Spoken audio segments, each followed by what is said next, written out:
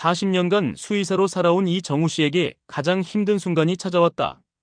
사랑하는 아내 영희가 치매 진단을 받은 뒤 가족의 일상이 서서히 무너져갔다. 집안은 적막해지고 아내는 점점 정우를 알아보지 못했다. 딸 수진과 15살 포메라니안 반려견 보기만이 그를 지탱해주는 유일한 가족이었다.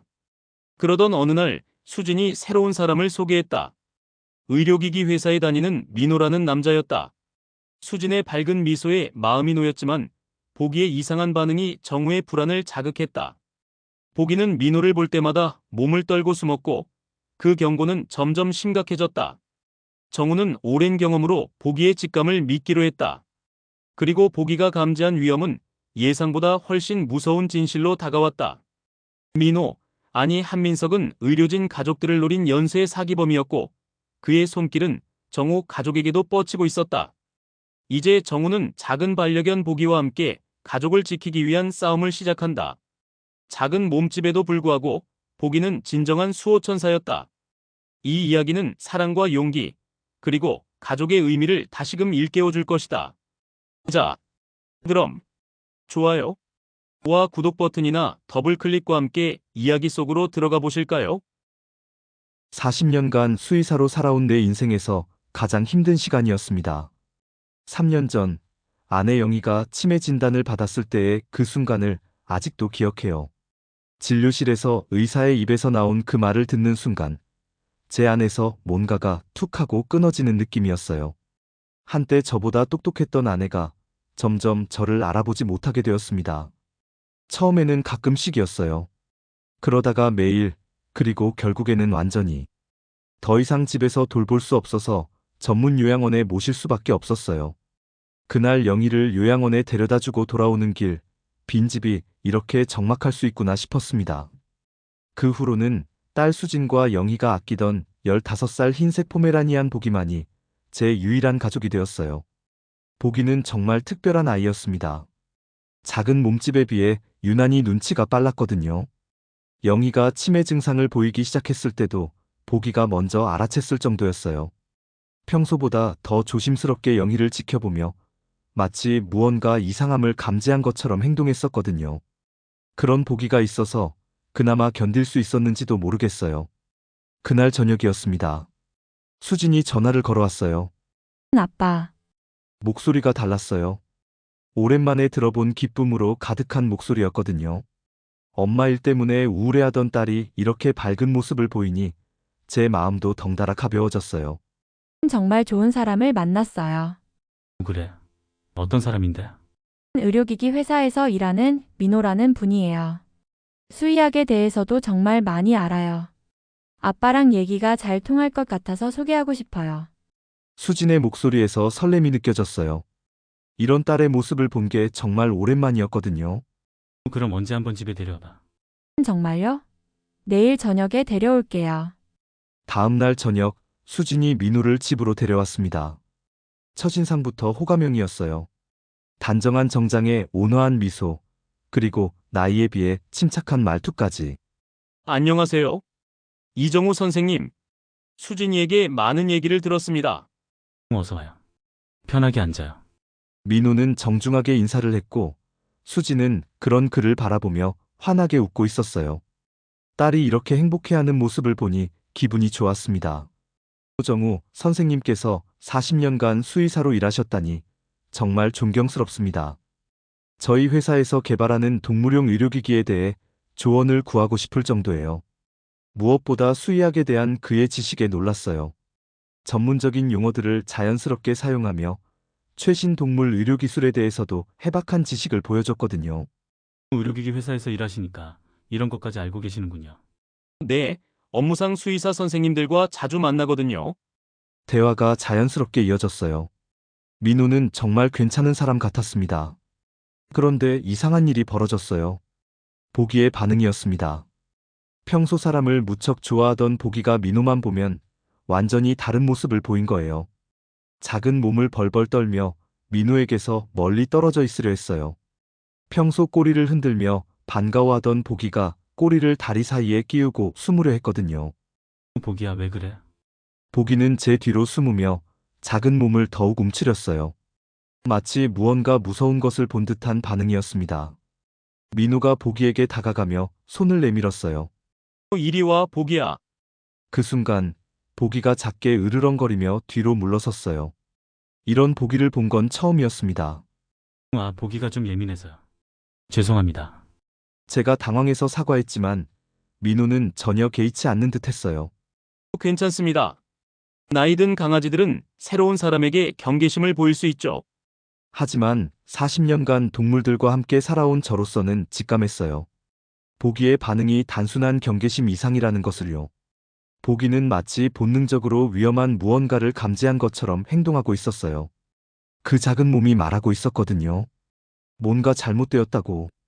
저녁 식사 내내 보기는 거실 한쪽 구석에 웅크리고 있었어요. 평소라면 식탁 아래에서 음식 냄새를 맡으며 얌전히 기다리는데 그날은 달랐습니다. 민호와 수진이 즐겁게 대화하는 모습을 보면서도 저는 계속 보기가 신경 쓰였어요. 민호 오빠 아빠가 보기를 정말 사랑해요. 엄마가 아프신 후로는 더욱 그래요. 그럼 더욱 잘 돌봐드려야겠네요. 반려동물도 가족이니까요. 그 말은 맞았어요. 하지만 왜인지 보기는 여전히 불안해하고 있었습니다. 민호가 집을 떠날 때까지 보기는 그 자리에 그대로 있었어요. 평소라면 손님을 배웅하러 현관까지 따라오는데 말이죠. 수진 아빠, 민호 오빠 어때요? 좋은 사람 같구나. 수희학에 대해서도 많이 알고. 그죠? 저도 정말 좋은 사람을 만난 것 같아요. 하지만 그날 밤 보기는 계속 불안해했어요. 평소 제 침대에서 잠을 자던 보기가 현관문 쪽을 향해 낑낑거리며 걱정스러운 모습을 보였거든요. 마치 무언가 나쁜 일이 일어날 것을 예감하는 것 같았어요. 보기야, 왜 그래? 무슨 일이야? 보기는 제 얼굴을 올려다보며 작게 울음소리를 냈어요. 그 눈빛에서 간절함이 느껴졌습니다. 마치 무언가를 말하고 싶어 하는 것 같았어요. 저는 보기를 품에 안고 머리를 쓰다듬어 주었어요. 괜찮아, 보가. 아빠가 있으니까. 하지만 보기의 작은 몸은 여전히 떨리고 있었어요. 그날 밤 저는 잠들기 전에 생각했습니다. 40년간 수많은 동물들을 만나봤지만 동물의 직감을 무시해서는 안 된다는 것을요. 보기가 보여준 반응에는 분명 이유가 있을 거라고. 하지만 그때만 해도 그것이 어떤 의미인지는 몰랐습니다. 단지 보기가 민우를 좋아하지 않는다는 것만 알 수 있었을 뿐이에요. 창밖으로 달빛이 스며들고 있었어요. 보기는 여전히 현관 쪽을 바라보며 작은 숨을 몰아쉬고 있었습니다. 무언가 시작되고 있었어요. 그리고 보기만이 그것을 감지하고 있었습니다. 민호의 방문이 잦아졌습니다. 일주일에 3번, 때로는 4번까지. 그때마다 고급 건강식품이나 영양제를 들고 와서는 제 건강을 세심하게 챙겼어요. 처음에는 정말 고마웠습니다. 딸을 진심으로 사랑하는 남자의 정성이라고 생각했거든요. 정우 선생님, 제가 의료업계에서 일하다 보니 좋은 제품들을 많이 알게 돼요. 이 홍삼액은 독일에서 직접 공수한 거예요. 민호가 그 말을 할 때 보기의 반응이 심상치 않았어요. 작은 몸이 부들부들 떨린다. 귀를 바짝 뒤로 젖히며 민호의 검은 가방을 뚫어져라 쳐다봐요. 마치 그 안에 무서운 무언가가 들어있다는 걸 아는 것처럼. 이런 비싼 걸 왜 이렇게? 제가 사양하려 했지만 민호는 특별한 이유가 있다는 듯 고집스럽게 권했어요. 사실 제 아버지도 의사셨거든요. 하지만 의료사고로 돌아가셨어요. 민호의 목소리가 갑자기 낮아졌습니다. 슬픔이 묻어나는 듯했어요. 그때 아무도 아버지 건강을 제대로 돌보지 못했던 후회가 있어서 수진이 아버님만큼은 꼭 건강하게 지켜드리고 싶어요. 그 말에 제 마음이 숙연해졌어요. 그의 진심이 느껴졌고 딸을 위한 그의 마음도 고마웠습니다. 아버지를 일찍 잃은 상처가 이런 세심함으로 나타나는 거구나 싶었어요. 하지만 보기의 반응은 날이 갈수록 더 격렬해졌습니다. 민우가 현관에 나타나기만 해도 보기는 즉시 제 뒤로 숨어요. 몸을 바들바들 떨며 작은 몸으로 최대한 작아지려 합니다. 15년을 함께 살면서 보기가 이런 모습을 보인 적은 없었어요. 심지어 제가 동물병원에서 데려온 사나운 개들에게도 이렇게 반응하지 않았거든요. 어느 날 밤 궁금증을 참을 수 없어서 실험을 해봤어요. 민호가 가져온 홍삼액을 보기에게 냄새를 맡게 해본 거예요. 보기가 즉시 뒤로 물러섰습니다. 작은 몸을 더욱 떨며 킁킁 소리를 내더니 갑자기 구토를 하려는 듯한 움직임을 보여요. 그리고는 필사적으로 도망치려 합니다. 보가 왜 그래? 무슨 냄새가 나는 거야? 제 심장이 빠르게 뛰기 시작했어요. 뭔가 잘못되었다. 분명히 잘못되었어요. 40년간 수의사로 일한 경험으로 봐도 이상한 반응이었습니다. 보기는 마치 독성 물질을 감지한 것처럼 행동하고 있었거든요. 다음 날 제가 홍삼액 한 병을 몰래 가져가서 대학 동기이자 독성학 전문가인 태호에게 분석을 의뢰했어요. 정우야, 이거 어디서 난 거야? 이틀 후 태호의 목소리가 심각해졌습니다. 전화기 너머로도 긴장감이 전해왔어요. 왜 갑자기 그런 걸 물어보는 거야? 정우야, 큰일 났어. 이 홍삼액에서 아르세닉 화합물과 중금속이 검출됐어. 그 순간 온몸에 소름이 돋았습니다. 미량이지만 장기 복용하면 간과 신장에 치명적인 손상을 줄 수 있는 수준이야. 이건 고의가 아니면 나올 수 없는 농도야. 보기가 맞았던 거예요. 15년을 함께 산 작은 친구가 저를 구하려고 필사적으로 경고하고 있었던 거였어요. 민호. 아니, 그는 대체 누구일까요? 태호야, 혹시 그 남자에 대해서도 조사해 볼 수 있을까? 당연하지. 정우야, 이건 정말 위험한 상황이야. 당장 그 남자와의 접촉을 끊어야 해. 하지만 수진이는 어떻게 하죠? 딸은 민호를 진심으로 사랑하고 있는데 갑자기 이런 이야기를 어떻게 꺼낼 수 있을까요? 그날 밤 보기는 계속 불안해했어요. 평소 제 침대에서 잠을 자던 보기가 현관문 쪽을 향해 낑낑거리며 걱정스러운 모습을 보였습니다. 마치 무언가 나쁜 일이 일어날 것을 예감하는 것 같았어요. 보가 괜찮아. 아빠가 알았으니까 이제 조심할게. 작은 몸으로 제 무릎에 올라온 보기를 쓰다듬으며 생각했어요. 과연 제가 이 위험한 상황을 슬기롭게 헤쳐나갈 수 있을까요? 그리고 수진이를 어떻게 지켜낼 수 있을까요? 보기의 따뜻한 체온이 제 불안한 마음을 조금이나마 달래주었지만 앞으로 다가올 일들을 생각하니 잠이 오지 않았습니다. 민호는 내일도 올 거예요. 그리고 또 다른 건강식품을 들고 올 거고요. 하지만 이제는 알고 있어요. 그 완벽한 미소 뒤에 숨겨진 진짜 목적을 말이에요. 태호의 추가 조사 결과가 도착한 날, 제 손은 계속 떨렸습니다. 전화기를 붙잡고 있는 손가락이 하얗게 굳어 있었어요. 정우야, 이 남자 한민석은 지난 5년간 의료진 가족들을 상대로 치밀한 사기를 쳐온 연쇄범이야. 순간 머리가 하얘졌습니다. 태호가 보내준 자료를 받아보는 동안 제 심장은 터질 것처럼 뛰었어요. 민석의 수법을 읽어내려가는데 소름이 돋더군요. 첫 번째 단계부터 마지막까지 모든 것이 치밀하게 계획되어 있었습니다. 의사나 간호사의 독신 자녀에게 접근해서 연인 관계를 만들어요. 그 다음에는 서서히 독성 물질을 투여해서 의료진 부모의 건강을 망가뜨립니다. 그리고 나서는 이렇게 말하죠. 의료진인 당신이 가족의 병을 못 알아봤네요. 죄책감을 자극한 뒤에는 치료비 명목으로 거액을 요구하거나 의료사고 보험금을 노리는 거였어요. 더욱 섬뜩한 건 민석의 개인적인 동기였습니다. 5년 전 그의 아버지가 의료사고로 돌아가셨는데 담당 의사들이 제대로 된 사과나 보상을 하지 않았다는 거예요. 그때부터 그는 의료진 가족들에게 복수하기로 마음먹었다고 했습니다. 정우야, 이미 피해자가 4명이나 있어. 2명은 간부전으로 죽었고 1명은 신부전으로 투석받고 있어. 나머지 1명은 거액을 뜯긴 후에야 진실을 알아챘다고. 전화기가 손에서 미끄러질 뻔했어요. 제가 다음 희생자가 될 뻔했다는 사실에 온몸이 얼어붙었습니다. 40년간 동물들을 치료해왔지만 이번에는 제가 죽을 뻔한 상황이었어요. 보기가 제 발밑에서 작게 낑낑거렸습니다. 마치 위로하려는 듯이요. 바로 그날 저녁 저는 수진에게 모든 것을 털어놨습니다. 자료를 펼쳐놓고 하나하나 설명했어요. 민호라는 이름이 가짜라는 것부터 그가 연쇄살인범이라는 사실까지. 하지만 수진의 반응은 제가 예상했던 것과 완전히 달랐습니다. 아빠 그만해요. 딸의 목소리가 날카롭게 갈라졌어요. 얼굴이 새하얗게 질려 있었습니다. 민호 오빠는 절대 그런 사람이 아니에요. 아빠가 엄마 때문에 스트레스 받아서 피해망상증이 생긴 거예요. 제 가슴에 뭔가가 툭 하고 무너졌습니다. 수진아, 이것 좀 봐. 태호가 직접 조사한 자료야. 민호라는 이름 자체가. 아빠, 그런 말 하지 마세요. 수진이 손으로 귀를 막았어요. 눈에는 눈물이 가득했습니다.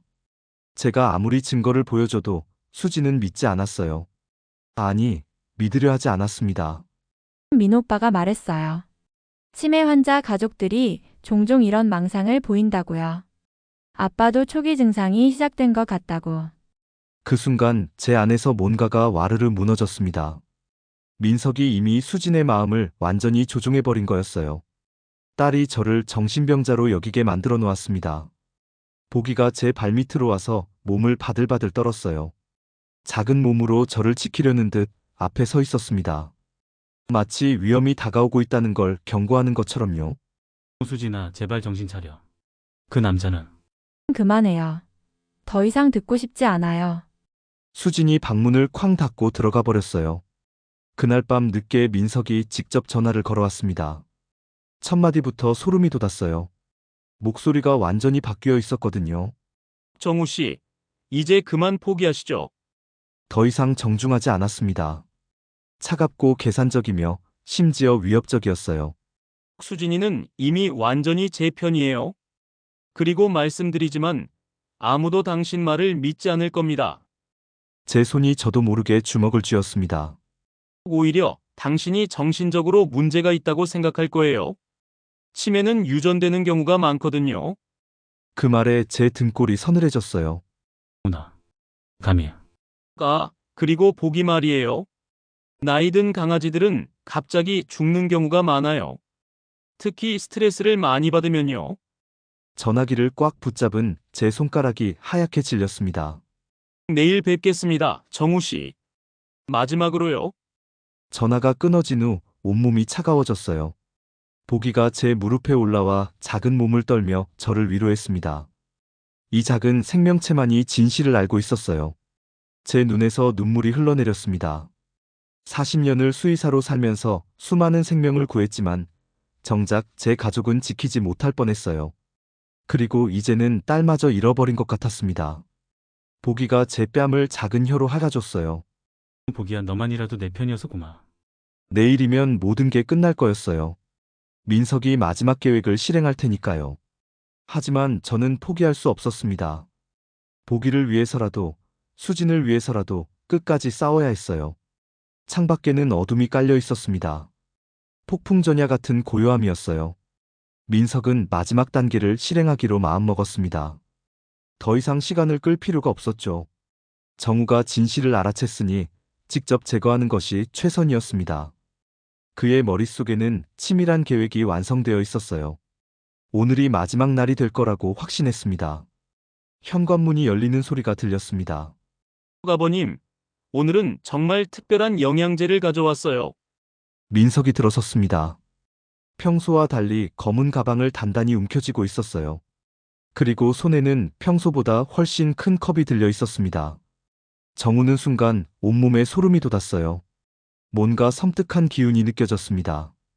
보기가 즉시 반응했습니다. 작은 몸으로 필사적으로 지저댔어요. 컹컹, 컹컹. 평소보다 훨씬 날카롭고 절박한 소리였습니다. 마치 위험해, 위험해 라고 외치는 것 같았어요. 15살의 작은 몸이지만 온 힘을 다해 경고하고 있었습니다. 보기가 또 그러네요. 정말 예민한 아이예요. 민석이 차갑게 웃었습니다. 그 웃음에는 더 이상 따뜻함이 없었어요. 정우는 등골이 오싹해졌습니다. 평소 온화했던 목소리가 완전히 달라져 있었어요. 마치 가면을 벗어던진 것처럼. 이번 건 정말 강력한 효과가 있어요. 한 번만 드시면 모든 고민이 사라지실 거예요. 그 말의 진짜 의미를 아는 정우는 몸서리쳤습니다. 민석이 내민 컵에는 분명 치사량에 가까운 독성 물질이 들어있을 거였어요. 보기의 지짐이 더욱 격렬해졌습니다. 작은 몸이지만 있는 힘을 다해 주인을 보호하려 했어요. 정우는 뒤로 물러섰습니다. 심장이 쿵쾅쿵쾅 뛰었어요. 아니야, 안 마실 거야. 목소리가 떨렸지만 단호했습니다. 하지만 민석은 더 이상 가면을 쓰지 않았어요. 선택권이 없으세요, 정우 씨. 그의 얼굴이 완전히 바뀌었습니다. 온화했던 미소는 사라지고 차가운 살기만 남아 있었어요. 민석이 강제로 컵을 정우의 입에 가져다 대려는 순간이었습니다. 보기가 작은 몸을 날렸습니다. 보기가 있는 힘을 다해 민석의 손목을 물어뜯었어요. 작지만 날카로운 이빨이 민석의 피부를 뚫었습니다. 각, 이런 망할 깨가. 민석이 비명을 지르며 컵을 떨어뜨렸습니다. 독이 든 액체가 바닥에 쏟아졌어요. 그 순간 정우는 보기의 진짜 용기를 보았습니다. 작은 몸집에도 불구하고 생명을 걸고 자신을 지켜주는 모습에 가슴이 뭉클했어요. 보기는 물러서지 않았습니다. 작은 몸으로 계속해서 민석을 공격하며 온몸으로 주인을 지키려 했어요. 민석이 발로 보기를 차려고 했지만 보기는 재빠르게 피했습니다. 보가. 정우가 보기를 부르며 달려갔습니다. 그때 미리 연락해둔 태호와 경찰들이 문을 박차고 들어왔어요.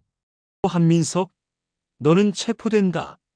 경찰들이 민석을 제압하는 동안 정우는 바닥에 쓰러진 보기를 안아 올렸습니다. 작은 몸이 아직도 떨리고 있었지만 그 눈빛은 승리감으로 가득했어요. 보가 고마. 정말 고마. 정우의 목소리가 떨렸습니다. 눈물이 주르르 흘러내렸어요. 보기가 작은 혀로 정우의 손을 핥았습니다. 마치 괜찮다고 말하는 것 같았어요. 민석이 수갑을 차고 끌려나가면서 독한 눈빛으로 정우를 쳐다봤습니다. 이번엔 운이 좋았을 뿐이야. 다음엔 조심해. 하지만 정우는 더 이상 두렵지 않았어요. 보기가 곁에 있었으니까요. 태호가 다가와서 정우의 어깨를 두드렸습니다. 정우야, 정말 위험한 순간이었어. 보기가 아니었다면. 태호의 말이 끝나기 전에 정우는 고개를 끄덕였어요. 그래, 보기가 우리 가족을 구했어. 15살의 작은 강아지가 말이야. 그날 밤 정우는 보기를 품에 안고 오랫동안 앉아 있었습니다. 작은 생명체가 보여준 용기와 사랑에 깊은 감동을 받았어요. 창밖으로 별들이 반짝이고 있었습니다. 위험한 하루가 지나갔지만 정우의 마음은 평화로웠어요. 보기가 작은 코를 킁킁거리며 정우의 품에서 잠들었습니다. 평소보다 더 깊고 편안한 잠이었어요. 정우는 보기의 털을 부드럽게 쓰다듬으며 속삭였습니다. 고마워, 보가. 네가 있어서 정말 다행이야. 그날 밤 정우는 진정한 가족의 의미를 깨달았습니다. 크기나 나이가 중요한 게 아니라 서로를 진심으로 사랑하고 지켜주는 마음이 가장 소중하다는 걸 말이에요. 재판정의 차가운 공기가 제 폐를 파고들었습니다. 한민석이 앉아있는 피고석을 바라보니 아직도 믿기지 않았어요. 판사의 목소리가 법정에 울려 퍼졌습니다. 피고인 한민석, 살인미수와 연쇄 사기 혐의로 징역 20년을 선고한다. 그 순간 제 옆에 앉아있던 수진이가 작게 한숨을 내쉬었어요. 어깨가 떨리는 게 보였습니다. 민석의 검은 가방에서 나온 것들이 아직도 생생했어요. 각종 독성 물질들, 가짜 신분증, 그리고 다음 타깃들의 정보가 빼곡히 적힌 수첩까지. 제가 5번째 희생자가 될 뻔했다는 사실에 아직도 소름이 돋았습니다. 법정을 나서는 길에 보기가 제 발밑에서 조용히 따라왔어요. 작은 몸이지만 당당한 걸음걸이였습니다. 마치 자신이 해낸 일을 자랑스러워하는 것 같았어요. 그날 밤 수진이가 제 방문을 두드렸습니다. 아빠 들어가도 돼요? 목소리가 평소보다 작고 떨렸어요. 문을 열어주니 수진이의 눈이 빨갛게 부어 있었습니다. 아빠. 정말 미안해요. 수진이가 제 앞에 앉더니 한참을 말하지 못했어요. 그러다 갑자기 눈물이 주르륵 흘러내렸습니다. 제가 너무 어리석었어요. 민호 오빠. 아니, 한민석이 말하는 것만 믿고 아빠 말은 전혀 들으려 하지 않았어요. 제 가슴이 먹먹해졌습니다. 딸이 이렇게 자책하는 모습을 보니 오히려 제가 더 미안했어요. 괜찮아, 수진아. 누구나 속을 수 있어. 그 사람이 워낙 교묘했으니까. 보기가 계속 경고해줬는데 15살의 작은 강아지가 저보다 훨씬 현명했어요. 수진이가 소파에서 자고 있는 보기를 바라봤어요. 보기는 평화로운 얼굴로 잠들어 있었습니다. 흰 털이 약간 헝클어져 있었지만 그 모습이 천사처럼 보였어요. 이정우 보기는 우리 가족의 진짜 수호천사야.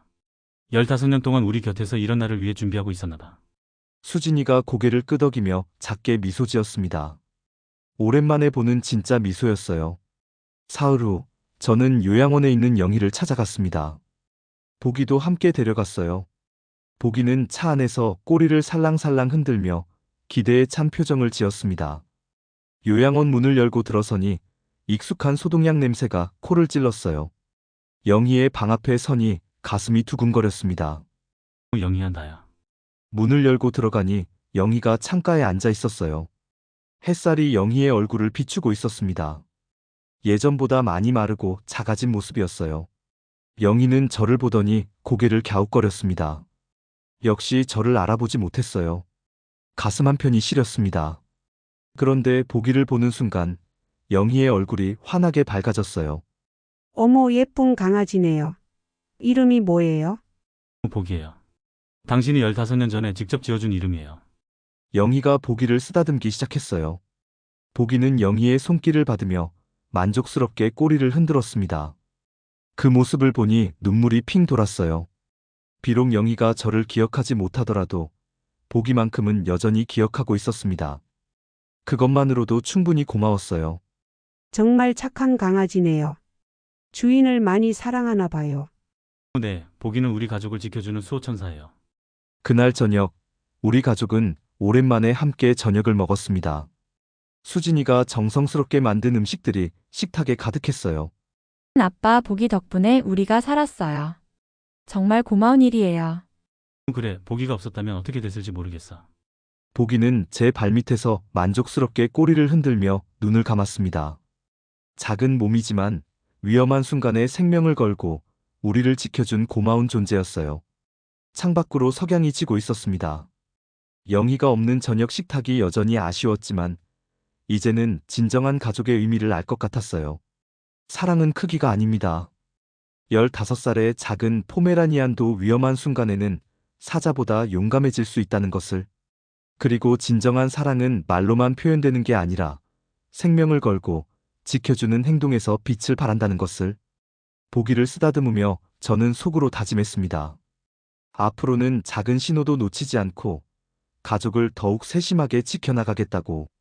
40년간 수많은 동물들을 치료하며 살아왔지만 이번에는 동물이 저를 치료해준 셈이었어요. 보기가 있어서 우리 가족은 다시 한번 온전해질 수 있었습니다. 세상에는 말로 표현할 수 없는 진실한 사랑이 있습니다. 그것은 때로 사람이 아닌 우리 곁의 작은 존재에게서 더 크게 빛나기도 해요. 보기처럼 말이에요.